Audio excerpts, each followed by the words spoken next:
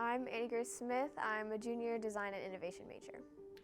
I really love about the design major is that all the classes are hands-on learning experiences, so you get to learn from real design professionals about different design problems or how to deal with situations that will come up in the workforce in classes, so you get that hands-on experience. I'm hoping to get a few years of work experience in the design field after I graduate and then going overseas to do missions with media. I really like that all of the design professors are design professionals who are working at a design studio, so they have real experience and they can tell us what are they doing in their jobs and how can we apply that into our learning experience as well. One of the biggest things that I've been a part of on campus at Grove City is residence life.